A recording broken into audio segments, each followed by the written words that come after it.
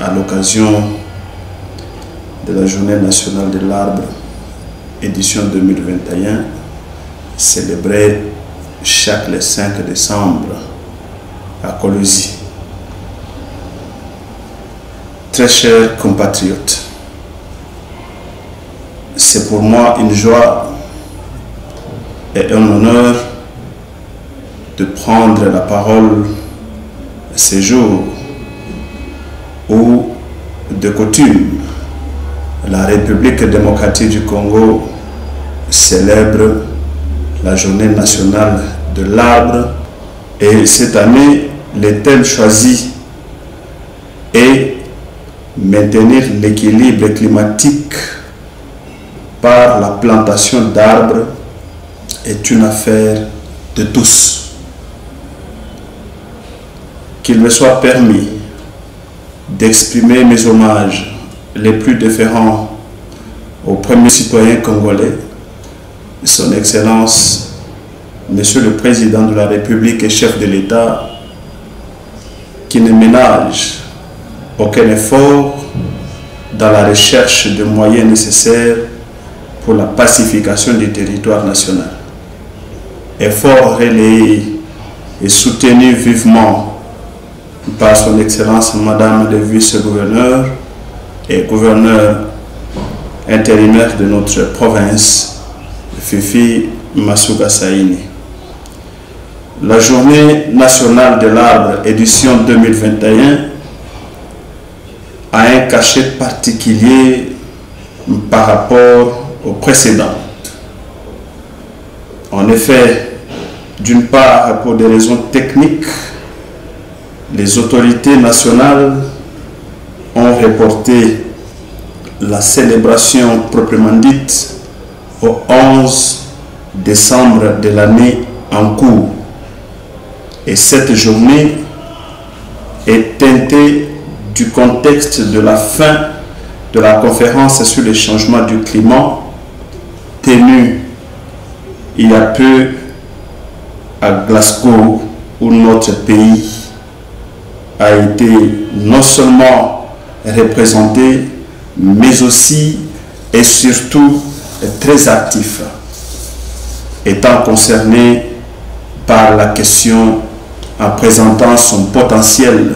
en ressources naturelles comme solution de l'humanité face aux conséquences fâcheuses du dérèglement climatique qui menace. Très chers compatriotes, nul n'ignore le rôle que jouent les forêts de la République démocratique du Congo dans l'atténuation des risques du réchauffement climatique d'origine humaine,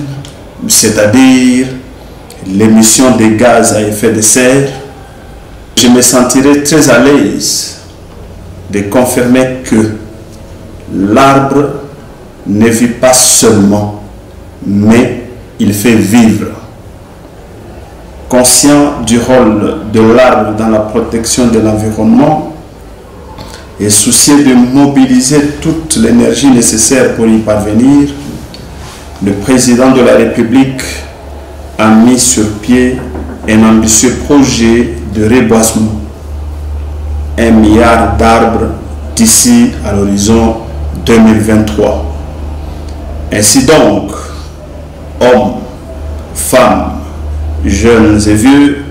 pour consolider davantage notre position d'État-solution, le reboisement devient non seulement un besoin, mais surtout un devoir de notre société tout entière. Les lois là-bas, notre province présente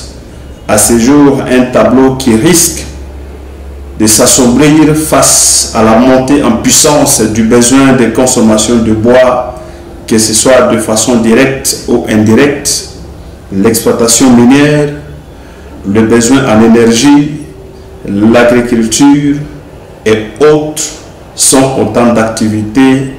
qui invitent notre société à y prendre garde. Sous le leadership de son Excellence, Madame le vice-gouverneur et gouverneur AI, et à travers mon ministère, le gouvernement provincial s'emploie en collaboration avec divers partenaires épris de la question environnementale, les différentes entreprises minières, les ONG, les écoles, ainsi que toutes les couches de la population, à ce que planter et protéger l'arbre soit une affaire de nous tous.